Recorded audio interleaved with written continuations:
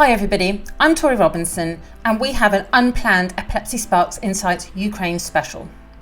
With the war, there are indirect casualties. People in Ukraine cannot access their epilepsy medications, and those who used to have controlled epilepsy are now having seizures, status epilepticus, and some are dying. We bring you news on what is happening right now. Thank you so much for joining us, Volodymyr Kharytonov. Yes, you did right. Volodymyr, please introduce yourself to everybody. Tell us what you do, where you are right now, and what's going on for you. Okay, so I'm pediatric neurologist, pediatric psychiatrist. I'm a head of a psychiatry, child psychiatry department in Kyiv hospital with the name of Clinical Hospital Psychiatry. So I'm in the hospital now, and as far as you can understand, I'm treating children with mental diseases, with epilepsy, and so on. And so how have things changed since the commencement of the invasion and the start of the war? The situation got worse dramatically. Our patients are running out of anti-epileptic drug supplies, and we are trying to help by any means, trying to organize and we already organized the network, which starts in Poland with our Polish friends and colleagues like Piotr Zwolinski and Łukasz Sosnowski. And then we organized the hub in Lviv, and we invited the beautiful young doctors, Jana Martyninka and Olga Tyczkiewska. They are magnificent. They work so hard to help people. They got the drugs from all over the world, which Dr. Zwolinski organized and sent to Lviv. And from Lviv, we sent like convoys to different parts of Ukraine, Wow. Also in Kyiv, but also to the areas which already invaded by Russians. Wow, how do you do that as safely as possible? Like if you've got like special armored convoys or something? Yes, we try to involve special armed convoys or Red Cross. Okay. We already sent the convoy to Slavyansk, to Donetsk region, to Chernihiv, to Poltava, and Kirovograd. Now it's Kropivnitsky. Gosh, and so, I mean, just give us an example of a couple of your patients and how this is how the war has and is affecting them right now. Oh, they're calling me every day. I got like 100 calls and asking to help with anti-epileptic drugs. Many of them trying to reduce dosage just to stay with anti-epileptic drugs. So it's quite a sad story, I would say. Some of them are moving to the western part of Ukraine or abroad. And also they call me from, I got calls from Germany, from Spain, and they still ask questions, how to adjust the medication. Some love, some just asking for help. Oh, so the thing is, when you get a neurologist or psychiatrist that you trust, despite being in another country, you want to speak to them or speak to evidently you. That's so.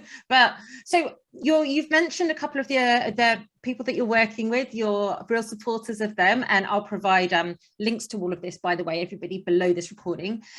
Who else have you been working with? Obviously, there's a limited size of a team. Who else are you working with? Yeah, I also organize the small hub here in Kyiv. And I have a psychologist, a pediatric psychologist with me. He is also a very efficient guy. And also the authority of the hospital where I work, also they're heroes, I would say, especially my director. It's not that I'm trying to get some points, but he is a hero in reality. He stayed in the hospital. He is organizing the work of the hospital, and we have lots of. I won't tell you how many patients we have because it's a secret. But we help a lot in the hospital. And also I answer or organize online help to many patients from all over Ukraine. As a psychiatrist, pediatric psychiatrist, as the pediatric neurologist and epileptologist. Oh my God, you must have like the most, I don't know, I always get worried like that I've got missing brain tissue, but it's like you must, I don't know how you keep all this information in your head. It's amazing that you're doing all this stuff. I don't know, it's because it's interesting for me, you know, the brain, it's a it's mysterious thing, and it's really hard to split brain for neurology and for psychiatry. And as far as you know, our patient for let's say epilepsy patient, they have both like epilepsy and many other mental problems and mental diseases. So it helps me to help them more and more in many instances. That's such a good point you make, because I'm speaking to so many people from around the world that generally an experience, well, is frequently you see a neurologist and what is looked at solely is the epilepsy and your seizures. But in fact, it's a lot more than that, right? And we would rather ideally have whatever issues you've got addressed simultaneously, because there's no point in solely having controlled seizures if you feel terrible mentally. So I know personal experience, and it's fantastic you're doing that. And also another thing that we mentioned was, well, it's to be expected that more people are going to develop epilepsy as a result of the war and injury, and also other types of seizures. Could you tell us about that, please? Yeah, of course. Many of them will have seizures due to head trauma, and it's quite, you know, frequent now because of the war. And some of them will have the so-called pseudo seizures, which is the result of the stress factors. This is a kind of reaction of the mind to stressors. And sometimes the most hard to diagnose situation when the person with real epileptic seizures is having the pseudo seizures. This is a really tricky situation, and we do need to be a specialist to differentiate this, because you can help this patient and otherwise, if you don't see the pseudo seizures, you will increase the dosage and you will end up with intoxication. Thank you. Yes, there's the chap, no doubt you know, Sandor Benitsky, and he was talking from ILAE in Denmark, and he was talking about how, at least in the past, he thought it was estimated approximately 30% of people diagnosed with epilepsy didn't have epilepsy. Yeah, that is true. A scary number of people. Yeah, my practice is just a magnet for them. You know, they're coming, and I just, and people sending me a video, home video and everything, and you just look at the video, and in many cases you can guess that this is a pseudo seizures. I saw somebody on TV in the UK. There was, and actually this was initially shown by the aforementioned, and it was a person having a seizure in A&E in the UK. And okay, I'm no neurologist or psychiatrist, but I thought that doesn't look right. That's really strange. And then this person, but was given anti-seizure medications automatically, and he didn't have epilepsy. He was having these pseudo seizures, and it made him worse, obviously. So it's really important that we can distinguish between the two. But in this situation, one should be a very good, very wise physician, because there was a study that showed that among 100 patients with pseudo seizures diagnosed, 30% had real seizures. So this is the other side.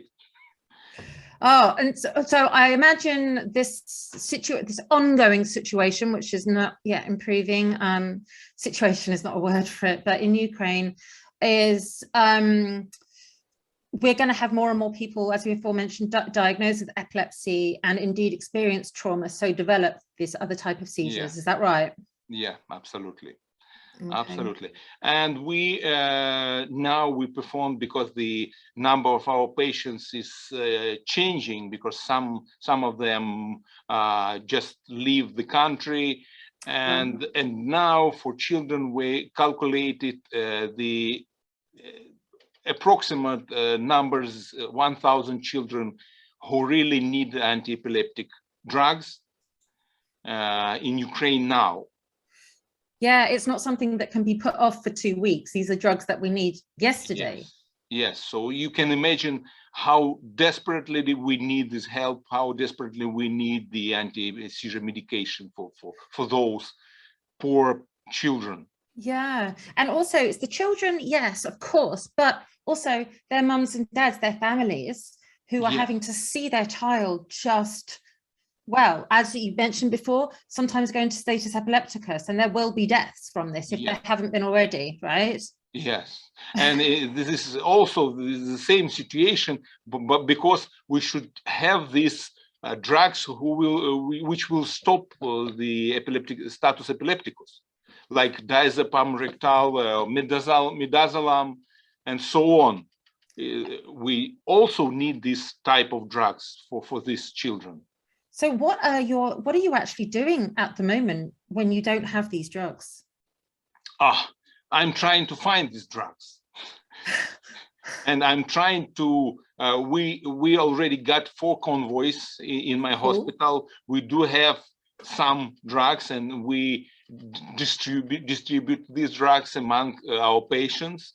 And for now, I'm trying to share, I'm not giving for this patient the drug for a month, but for 2 weeks.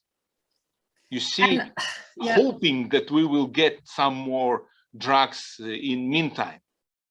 So for people who are not in Ukraine and listening or watching this, just to put things into perspective, and this makes me feel awful, but I went to pick up my anti-seizure medications just yesterday. I walked 20 minutes from my house and I walked back, nice weather, all was calm, and I'm fine. And we're only a flight away from you. It's like you're just a few hours away. Yet things are so different. It's absolutely ridiculous.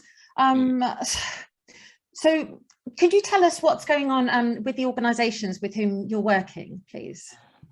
So our organization is, you mean Ukrainian League Against Epilepsy, works very efficiently, at least so efficient as we could do.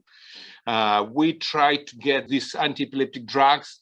We're discussing, let's say yesterday we had the discussion with Spanish Epilepsy Society. We have the permanent contact with International League Against Epilepsy, with President Helen Cross. We're trying to engage everybody who can help our patients with drugs, with food, with supplies, with money, whatever. I'm no doubt that you've been communicating with them since the start. What are your expectations through these relationships? We do expect that we will get anti-epileptic drugs, and from some of these organizations, they also propose to send the equipment, some kind of equipment to Ukraine. So we're also making plans for long run, like not only as getting anti-seizure medication, but also to organize the equipment working to diagnostic part of this for epilepsy. Yeah, because new diagnosis is not going to go away. New onsets of epilepsy and seizures, and so We expect to see an increase in cases of epilepsy due to injury. We also expect to see an increase in cases of psychiatric illness due to, PTSD or anxiety, depression, people's loss, and just everything that's going on. So are you working with any psychiatric organizations to help from that perspective? Oh yeah, I'm working in the psychiatric hospital. Yeah. So I'm who head else of is psychiatric there? department, as far as you noticed there. Yeah, but what I mean is like, are any other, or do you even need other people from other countries to contribute? Yes, we also need antipsychotic drugs, antidepressants, and so on and so forth. I mean, the whole range psychiatric, the drugs for psychiatric diseases, because it's useless to treat only epilepsy, as we already agreed, right? Right, exactly. If I didn't have my psychiatric medications, I would be having way more seizures. Yes. And that's that's so common. And psychologists as well. We engage psychologists, and that the physical training also improves the situation with seizures and the psychological state also. So we're trying to organize the full range of help here in this hospital. That's amazing. Oh gosh, I don't know how you're doing it all. So if our listeners or our viewers want to help contribute in any way, whether they be clinicians, academic patients, families, people from anywhere else in the world, what can they do? Oh, they on the website of Ukrainian League Against Epilepsy, we already put the whole information of our organization. And also we have the charitable fund there. So we also can accept donations and seizure medication and equipment, anything. And if anybody is listening and you don't feel comfortable or literally don't want to donate anything, what you can do is just spread the message. Just share this recording with other people, and you just tap on or bash the door down of your pharma company and the one you use, and your politicians, to get the message out there. Reminded, you guys are down the road from us.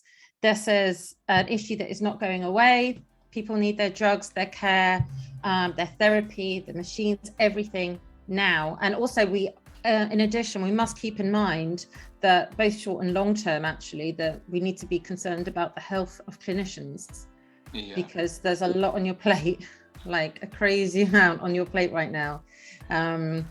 Fabulous. Well, thank you so much for joining us. This has been we're talking about awful things, but this has been an uplifting conversation. So thank you. Okay, it's been my pleasure to talk to you. To help save the lives of the people in Ukraine, please put pressure on your politicians and pharma companies. Tell them that Ukraine, just a few hours travel from us, needs anti-seizure medications yesterday, and that they must provide them. See links to people in the recording in the text below and on the website torierobinson.com/epilepsy-sparks insights. Thank you.